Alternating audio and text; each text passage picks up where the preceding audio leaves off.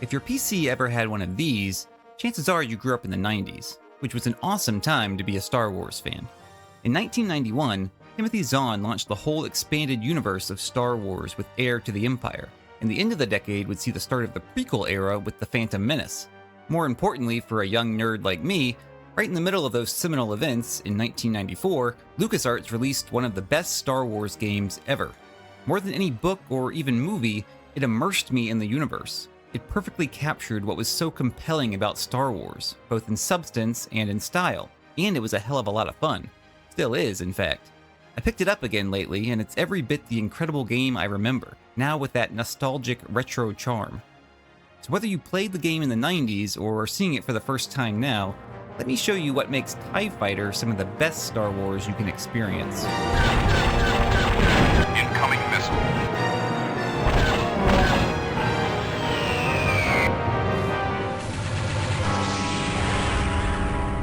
To appreciate TIE Fighter, first we need to put it into historical context, because what you see on the screen right now doesn't tell the full story. If you weren't a gamer in the 90s, it's hard to explain just how different things were in those days. Games were just a much smaller thing. I don't mean less popular, though it's also true they hadn't reached their cultural peak yet. Everything was smaller. Games were simpler, less realistic, more niche. The visuals were pixelated and the music was MIDI. 3D rendering through discrete graphics processors was just coming into play. So massive, expensive AAA games that we think about today just didn't exist yet. Of course, you had the big console publishers like Nintendo, Sega, Sony, or the marquee developers like EA, Squaresoft, and BioWare making hugely popular games, some of them quite expansive for the time. But making a Super Mario 64 or even a Final Fantasy VII was just a fundamentally different task from making a Cyberpunk 2077 or a Battlefield 6. Much of that is driven by graphical systems, as the necessary inputs scaled up exponentially the closer we got to realism. In the 90s, every game was basically like an indie game today. Smaller teams, shorter development cycles, and a focus on core gameplay or innovation over realism. Except we had nothing to compare it to, so we didn't process it as low-res or retro. At the time, my 10-year-old self would have sworn up and down that this was a photorealistic representation of an X-Wing. Who cares if the polygons were a little low, looking back? That was the best we got, and we loved it. All of this created a perfect environment for small game companies to thrive. Companies like LucasArts, who in turn gave us not only some all-time classic adventure games, but also brought us the golden age of Star Wars video games.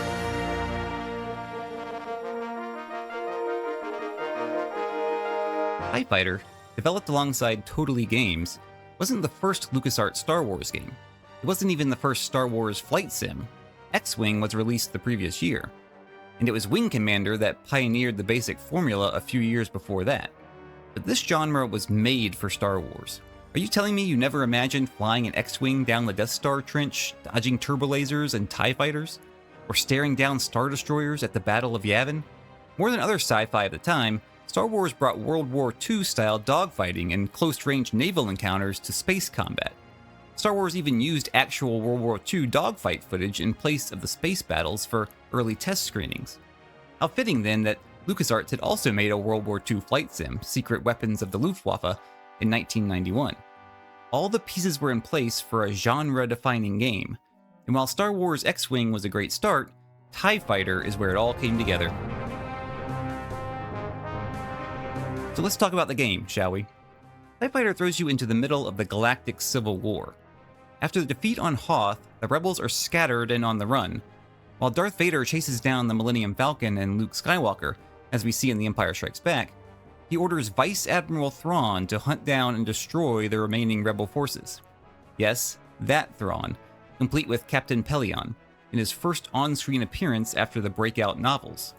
You play as a rookie pilot, little more than cannon fodder, flying an unshielded TIE fighter inspecting cargo ships for hidden rebels. But as you work your way up the ranks, you get access to more advanced ships, become a member of the Emperor's Secret Order, and find yourself in the middle of a plot by a traitorous Imperial Admiral. It's a simple setup, and the story doesn't take the center stage, unless you want to read the accompanying guidebook, but it provides more than enough reason to jump into the cockpit and take on the next mission. This means TIE Fighter isn't trying to put you into the movies like Rebel Assault or Rogue Squadron. It is absolutely putting you into the universe, which gives it much more freedom in the mission design. You start by dogfighting Rebel X-Wings, Y-Wings, and A-Wings, taking down a Mon Cal cruiser, and end up facing rogue Imperials flying TIE Interceptors, TIE Advanced, and even TIE Defenders. Along the way, you clash with various pirate ships like the R-41 Star Chaser and the Z-95 Headhunter. Of course, you also have the capital ships, from Imperial Star Destroyers and Interdictors to Nebulon B frigates, Corellian corvettes, and strike cruisers. It's a brilliant way to take advantage of the full diversity available in the game, rather than constantly facing off against a single faction with only a handful of ships. And the campaign provides a natural means of progression by letting you pilot increasingly more advanced ships with better shields and advanced weapon systems. Those first few campaigns in the Unshielded TIEs are a distinct kind of thrill. Knowing you only take a few hits before exploding changes the way you approach dogfighting. Even a single hit can take out important systems like lasers, targeting, or steering, though they'll eventually repair themselves as long as you don't take too much damage. So you have to avoid head-on confrontations with the shielded Rebel X-Wings and stay far away from the capital ships.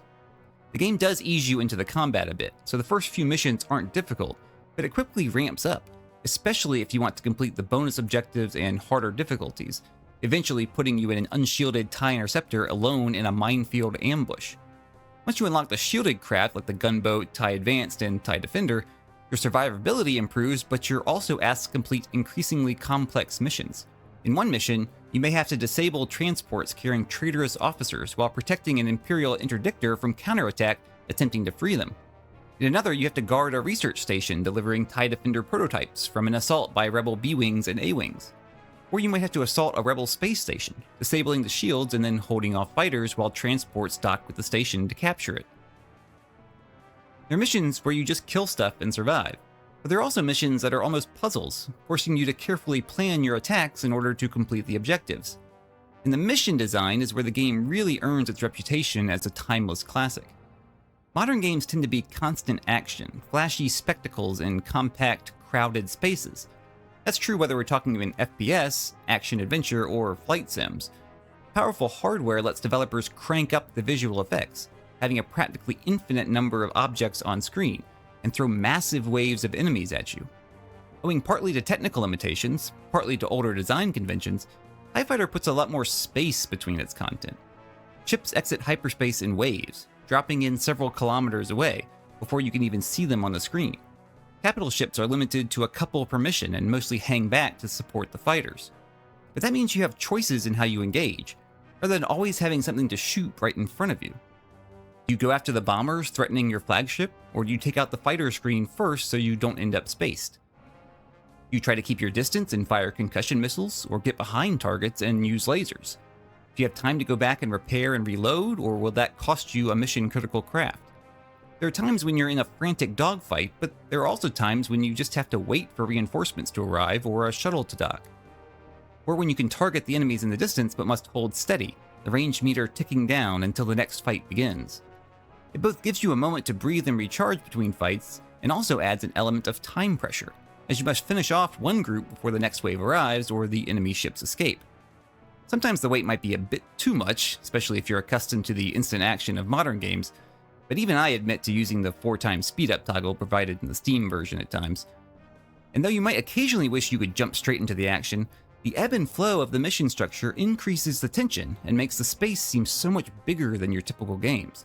There's a real sense of scale here, because there's so much distance between everything, like space itself. It's like the difference between the Battle of Yavin in A New Hope and the Battle of Coruscant in Revenge of the Sith. Both are fun and exciting in their own way, but I always thought Coruscant felt far less dramatic and epic than Yavin, precisely because so much was going on in the background, whereas the X-Wings at Yavin were these tiny, lonely ships against a colossal Death Star. When you do close the gap, though, you're in for a hell of a fight.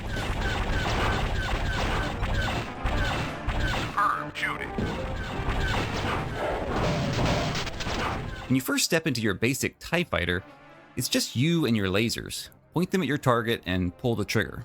Try to maneuver behind them if you can, match their speed, and stay on their tail until they're space dust. But keep moving or you'll be vulnerable to enemy fire. It's a simple but fun gameplay loop where you don't have too much to manage. Keep your lasers charged and your hull intact while you destroy the enemies and complete your objectives. But as you get more advanced ships, you have access to more and more systems, from ion cannons to shields to torpedoes to tractor beams, which makes you more powerful but also requires more careful management to keep everything operating at maximum efficiency. And this is what the game is truly about. Everything in your ship operates off a shared energy system. You need to allocate energy to your lasers, shields, or tractor beam, with whatever left going to your engines. If you allocate nothing to a system, it slowly decays, while if you max it out, it will quickly recharge. So while you could just set everything to max, hoping to keep your lasers and shields topped off, it will make you painfully slow and vulnerable in a dogfight. You can also quickly transfer power from one system to another, draining your lasers to fill your shield or vice versa in a pinch. It's not ideal, but if you're taking heavy damage, reinforcing your shield might save your ship, even if it means you have to spend some time and energy recharging your lasers before returning fire. In addition, you can adjust the intensity of your front and rear shields. Going head-on against an enemy, set those shields to double front. Someone on your tail, move power to the rear. Put all these systems together, and combat becomes about much more than action, aiming, and reflexes. It becomes a real-time tactical game where you must manage resources to adapt to changing situations on the fly. Need to intercept bombers before they destroy your capital ship? Put everything into engines, but be sure to recharge your lasers before you get into range. Tailing an X-Wing when you start taking damage? Quickly shunt power to the shields and go evasive while your lasers recharge. Can't get a shot on a nimble A-Wing? Lock them down with a tractor beam while you disable them with an ion cannon. Enemy concussion missile coming your way? Lock onto it and blast it before it reaches you. Big wave of fighters incoming? Pick off a couple with longer range proton torpedoes before engaging with lasers at close range. There's no single correct way to tackle a given scenario or fight. That's the mark of a great sandbox. The game asks you to manage multiple systems and complete multiple objectives in a fluid environment as best you can, to figure out optimal strategies and hone your execution until you're a true fighter pilot perfectly in sync with your craft. If that sounds overwhelming, don't worry. The game eases you into it, slowly adding new systems and more complex scenarios. By the time you strap into the vaunted TIE Defender, you'll feel powerful and seasoned enough to take on the whole, rebellion yourself. Sorry, Dak. Progression in TIE Fighter harkens back to an older age before RPG elements invaded everything. If it were made today, no doubt you'd earn points in each mission to unlock new components that gave you 20% more hull or 5% more laser damage, or maybe you'd have to find them scattered around the environment. You'd level up your pilot's stats to get bonuses and equip abilities to give you auto-aim or engine boosts or whatever. There's none of that here. Instead, the ships themselves serve as the only form of progression. You start with a simple TIE Fighter with dual lasers and medium speed. Then you get a TIE Bomber with missiles or torpedoes, or a TIE Interceptor with greater maneuverability and quad lasers. Eventually you play as a gunboat, TIE Advanced, or TIE Defender with ion cannons, shields, and a tractor beam. You don't get to choose which one you play either. Each mission uses a certain ship.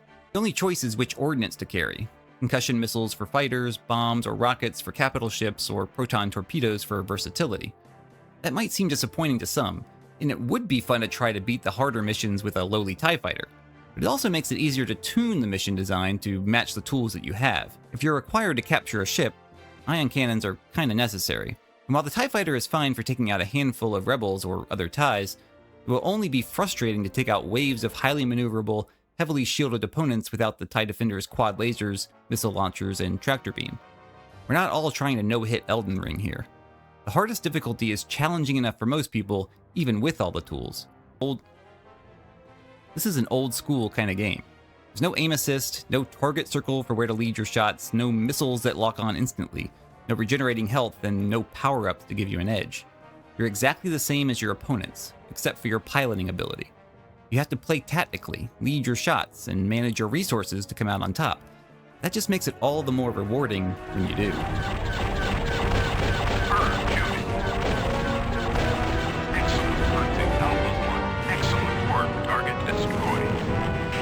Despite being innovative at the time, plenty of other spaceflight sims have come out since 1994.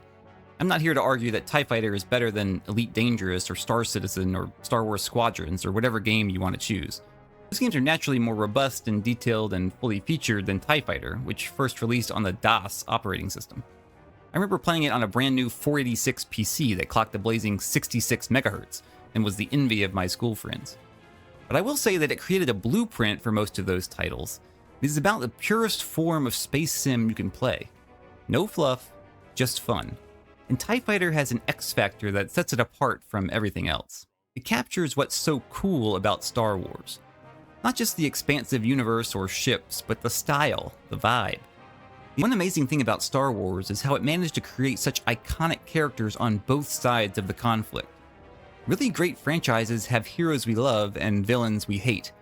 Aragorn and Gandalf are valorized. Saruman and his orcs are feared and hated. We'd love to imitate Harry and friends, but we grew up despising Snape. They are great villains, but no one wants to play as Snape or Saruman or dress up like them for Halloween. Darth Vader was also feared and hated, but somehow remained totally awesome while doing it. The Empire, despite being the embodiment of evil, was somehow also respected. You could play with stormtroopers and Star Destroyers and TIE Fighters as more than just targets for the good guys.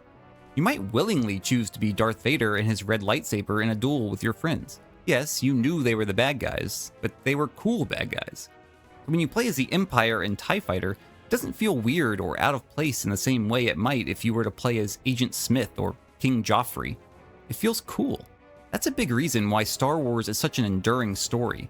It is what makes TIE Fighter such a unique experience that it's rare to find anywhere else, even 30 years later. For a fan, it's worth the price just to hop into that iconic TIE Fighter cockpit and imagine you're serving under the legendary Grand Admiral Thrawn, enforcing peace and justice throughout the galaxy, whether you're a flight sim fan or not. Because it's something you can really only get from Star Wars. Maybe just try not to take it too literally.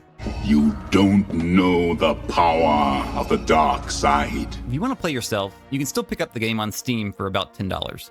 Let me give you a fair warning. Don't try to play with a mouse and keyboard. I managed to beat it with a controller, but for the best experience you really want a joystick. I just couldn't find my old one in my parents' basement. The game was meant to be played with one hand on the joystick and one hand on the keyboard.